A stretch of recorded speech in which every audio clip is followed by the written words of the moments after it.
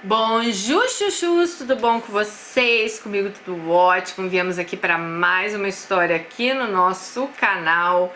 Se você gosta de nossas histórias, aquele minuto de silêncio para o nosso joinha, para você já deixar seu joinha aí. Convide uma amiga, um amigo para se inscrever no canal, ajudar a gente a chegar aí aos nossos 200 mil inscritos. Será que a gente chega até o fim do ano 200 mil inscritos? Vamos chegar. Bom, gente, a história dela, que eu vou contar aqui agora. Se você também quer mandar a sua história, daniresponde@hotmail.co.k. Como deixei um casamento abusivo? Vamos lá, o nome dela é Lara. E a história de hoje veio do interior de Mato Grosso. Um beijo pro Mato Grosso. Dani, eu nasci no Pará, mas vim ainda bebê para Mato Grosso. Minha família é bem grande. Eu tenho 7 irmãos, 4 homens e 4 mulheres. Ah, tá. Com ela, né? São 8. Então, ela tem mais 7 irmãos. Sou a caçula das mulheres. Como sou a 6ª filha, nasci quando a minha irmã mais velha já tinha 14 anos. Ela cuidava da casa dos irmãos menores. Minha mãe trabalhava muito para sustentar a casa. Meu pai trabalhava no garimpo. Passávamos dias sem vê-lo. E quando ele chegava, só trazia o dinheiro da comida. A minha mãe sempre foi uma boa mãe. Ela não era uma mãe carinhosa, mas sempre nos colocou acima de tudo. Também, com tanto filho, não sobrava nem tempo para carinho. Imagina, Dani, material escolar, roupa, comida. Nossa, já fiquei até descabelado só de pensar. Lá em casa é 2. Eu já às vezes penso, meu Deus, como eu fiz. Imagina 8. Meu pai sempre foi narcisista. Ele achava que filho só comia, não vestia, não brincava e não estudava. Quando ele estava em casa, não podia dar risada nem conversar. Ele não batia, mas ele xingava bastante, sem contar as incontáveis brigas que ele tinha com minha mãe. Juro, Dani, meu sonho de criança era que meus pais se separassem. Ele bebia bastante, mas dessa parte eu não me lembro bem, eu era muito pequena. Quando eu comecei a crescer, meu pai já tinha parado de beber. Ele nunca bateu na minha mãe, mas as brigas deles eram horríveis. Eu sempre fui uma criança tranquila. Quando eu e meus 2 irmãos menores éramos pequenos, minha mãe começou a frequentar a igreja. E assim eu cresci dentro da igreja.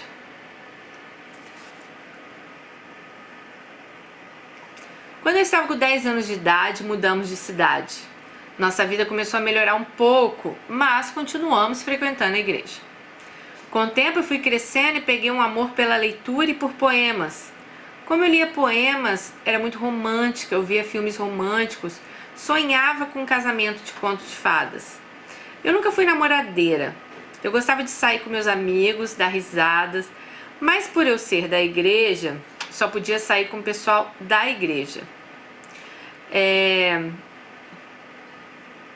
Enfim, aos 14 anos dei meu primeiro beijo com um menino que eu gostava. Ele não era da igreja, mas era tio de uma amiga minha. Ele não era tão velho, mas ele era 4 anos mais velho do que eu. Então, na época, ele tinha 18 anos e ela tinha 14, tá? Bom, se passar algum tempo, comecei a trabalhar numa floricultura quando eu tinha 18 anos. Nesse trabalho, conheci um rapaz, vou chamá-lo de Tom. Quando vi ele, me apaixonei. E assim começou nosso flerte. Flerte, né? Até que ele me pediu para namorar. Só que tinha um problema. Eu era da igreja e ele não. Meninas que são da igreja não namoram pessoas que não são da igreja. Então foi assim que falei para ele, que se ele quisesse algo comigo, ele teria que ir para a igreja. Bom, ele falou que isso não daria certo. Eu falei, tudo bem, cada um na sua. Com o tempo foi passando, ele continuava me cercando até que ele decidiu ir para a igreja. A família dele já era evangélica, todos gostaram de mim. Falaram que assim, quem sabe, ele mudaria de vida. O pai dele era obreiro da igreja. Ai, gente, essa questão de religião pra mim ainda é muito complicado de opinar, mas vamos continuar. Porque eu acho assim, ninguém tem que forçar ninguém pra religião nenhuma, sabe? Eu conto tantos casos aqui, às vezes, de muçulmanos, que a gente mete o pau nos muçulmanos, né? Que eles querem que a mulher vire muçulmana. Como que a gente vai sabe? Falar, ok, eu acho que sim, ele não é da igreja, mas tem que ser porque você é da igreja. Não, são religiões, né? É a crença da pessoa, é o que ela acredita. Eu não acho que nada que é forçado dá certo. Vocês estão me entendendo? Mas vamos continuar a história dela. Contei pra minha mãe que eu estava namorando, minha mãe ficou muito brava. Na verdade, minha mãe ficava brava com qualquer coisa. Nesse tempo, meus irmãos já haviam se casado, já tinham suas famílias. Minha família aceitou o namoro, mas ninguém gostava dele. Meu pai falou que era para eu focar nos estudos e não namorar. Mas a minha cabeça de quem estava apaixonada não vê nem escuta ninguém. Dani foi passando o tempo, passou um ano de namoro e crente você sabe, não transa, então eu ainda era virgem. Foi aí que decidimos nos casar. Minha mãe queria me matar, mas ninguém tirava isso da minha cabeça. Então comecei a planejar o casamento. Minha mãe ficou louca, mas decidiu me ajudar, pois ela tinha medo que eu fugisse com ele. Eu estava com 19 anos. Minha mãe obrigou meu pai a pagar o buffet, meu irmão pagou meu vestido. Dani era o vestido dos meus sonhos. Minha irmã pagou um bolo maravilhoso. Meu casamento foi lindo. Minha avó veio para o casamento, minhas primas. Eu ganhei tudo do casamento. Só paguei o salão. Os móveis da casa ganhamos todos das tias do Tom. Elas deram tudo. Eu não comprei nada. A empresa que ele trabalhava na época nos deu a nossa lua de mel no hotel mais chique da cidade. Minha lua de mel foi horrível, ela falou. Fiquei com medo, doeu demais, ela era virgem, né? Mas ele foi carinhoso e tranquilo. No outro dia fomos para a nossa casa, que era nos fundos da casa da minha sogra. Eu estava muito feliz, imagina, era meu conto de fadas. Uma semana... Desculpa, gente. Uma semana antes do casamento, eu caí e que... Gente, olha o que aconteceu. Ai, meu Deus. Cara, eu acho que isso foi o maior sinal que você podia ter tido pra você nem casar.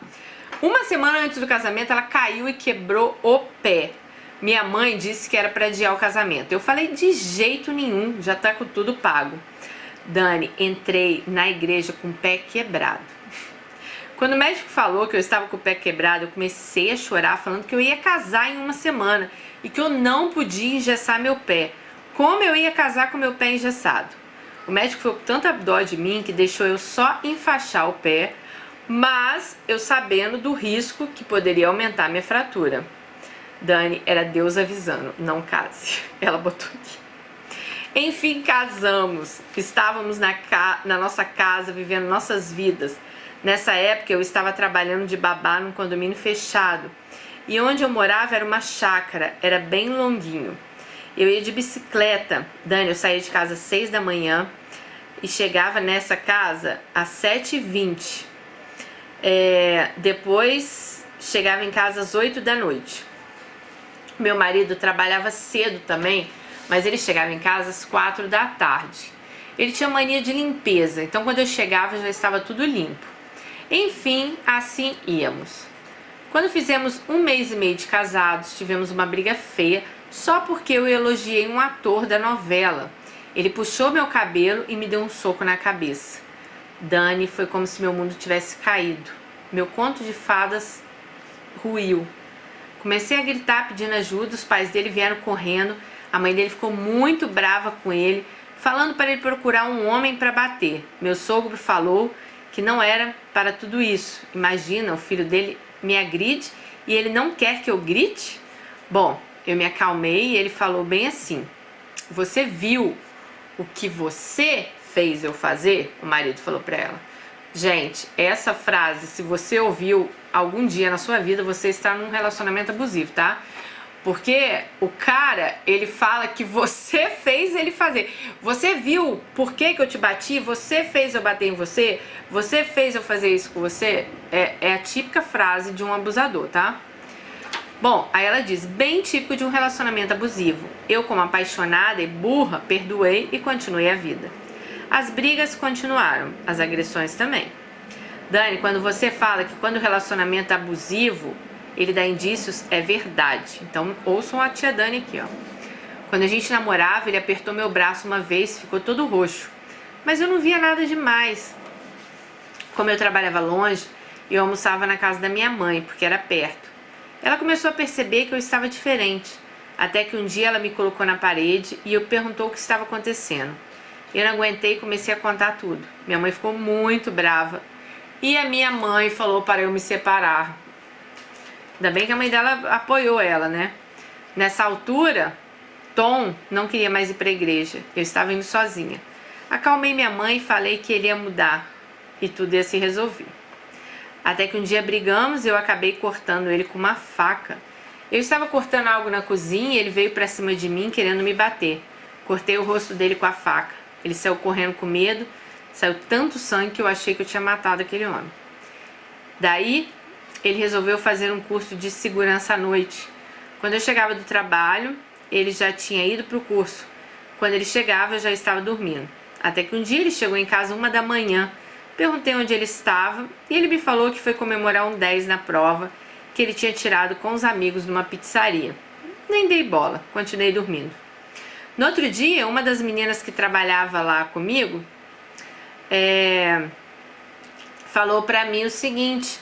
Eu contei pra ela que ele tinha chegado tarde e falou, olha, investiga, não é normal a pessoa chegar tarde em casa. Eu, como eu era muito inocente, não ligava pra essas coisas. Passou um tempo, tivemos mais uma briga e comentei com essa minha amiga, até que ela falou que naquele dia que ele chegou tarde, ela e o marido dela tinham visto Tom numa pizzaria com uma mulher. Dani, pra mim foi o fim. Fiquei com tanto ódio, cheguei em casa soltando os cachorros nele. Ele falou que era mentira, mas eu sabia que era verdade. Depois ele falou que quem ficou com a menina foi um amigo dele. E até que ele me convenceu que não era aquilo tudo. Comecei a chorar e ele jurou que iria mudar. Eu acreditei nele, mas continuei chorando, gente. Perdi as contas de quantas vezes nós lemos no mundo gringo. Eu acreditei que ele iria mudar. Eu também já acreditei que a pessoa ia mudar, mas a gente não acredita. Muito difícil a pessoa mudar. Até acredito que muda, mas muito difícil. Dani, ele virou pra mim e falou, para de chorar, já deu. A pessoa que acabou de falar para mim que ia mudar estava ali gritando para eu parar de chorar. Pensei, ele não vai mudar. Fiquei com tanta raiva, tanto ódio, que no outro dia pedi para sair mais cedo do trabalho. Aluguei um carro, fui para casa, peguei todas as minhas coisas e fui embora sem avisar ele. Quando ele chegou não tinha mais nada meu naquela casa. Fui morar com meu irmão. Dani, começou a perseguição. Onde eu ia, aquele homem ia atrás me perseguindo. Troquei o chip do meu celular. Quando eu saía do trabalho, ele estava lá. Sorte que eu trabalhava no condomínio e só entrava pessoas permitidas. Meu irmão então ia me buscar todos os dias e me levar. E foi assim que acabou meu casamento, que durou apenas 1 ano. 1 ano de choro, 1 ano de inferno. Com 5 meses de solteira, eu já não ia mais à igreja. Eu me sentia livre, sem mãe, sem pai, sem regras. Comecei a sair com meu irmão, ia para festas. Foi aí que comecei a ficar com um amigo dele. Um amigo que já conhecia antes de me casar. Mas nunca tínhamos tido tanto contato. Bom, ela começou a namorar o amigo do irmão. Ela disse que isso já fazem 8 anos e eles têm um filhinho de 1 ano agora. Dani, hoje sim eu vivo meu conto de fadas. Meu marido é maravilhoso, vivemos bem. Com a chegada do nosso filho, não trabalho mais por opção minha, só faço faculdade. Me formo ano que vem em nutrição. Cuido da casa, do meu filho, à tarde ele vai para a creche, eu estudo. Meu marido é um ótimo pai, hoje eu tenho minha casa, meu carro e sou muito feliz. Meu ex-marido hoje é casado com uma mulher mais velha, tem um filho pequeno. No começo, quando eu me lembrava dele, eu juro que me dava ânsia de vômito. Hoje eu não sinto nada. Sou amiga da família dele até hoje. Amo as tias dele, os tios dele, são pessoas ótimas, pois me apoiaram. Sempre falando que foi a melhor coisa que eu fiz foi me separar dele. Meu pai e minha mãe finalmente se separaram depois de todos os filhos adultos. Meu pai vive sozinho, ninguém o visita. Não tenho mágoa nem rancor. Perdoei ele por tudo que ele nos fez passar, mas não sinto falta dele. Dani, essa é minha história, tentei resumir, amo seu canal, escuto todos os dias. Meu marido me deu um fone sem fio para quando eu for limpar a casa não precisar ficar carregando meu celular. Ai, gente, tá vendo, maridos? Dê um fone sem fio para suas mulheres ouvirem nossas histórias também. Ai, gente, olha... Ai, amiga, só de você ter saído de um casamento abusivo, eu já fico assim, rindo de orelha a orelha. E, cara, é outra que teve muita coragem também, né? Foi lá, pegou as coisinhas dela. Cara, esse negócio de casamento abusivo não tem jeito. Você tem que sair fora. Não, sabe, é não ficar com medo, é não cair nas promessas, né, nas chantagens emocionais que muitos fazem.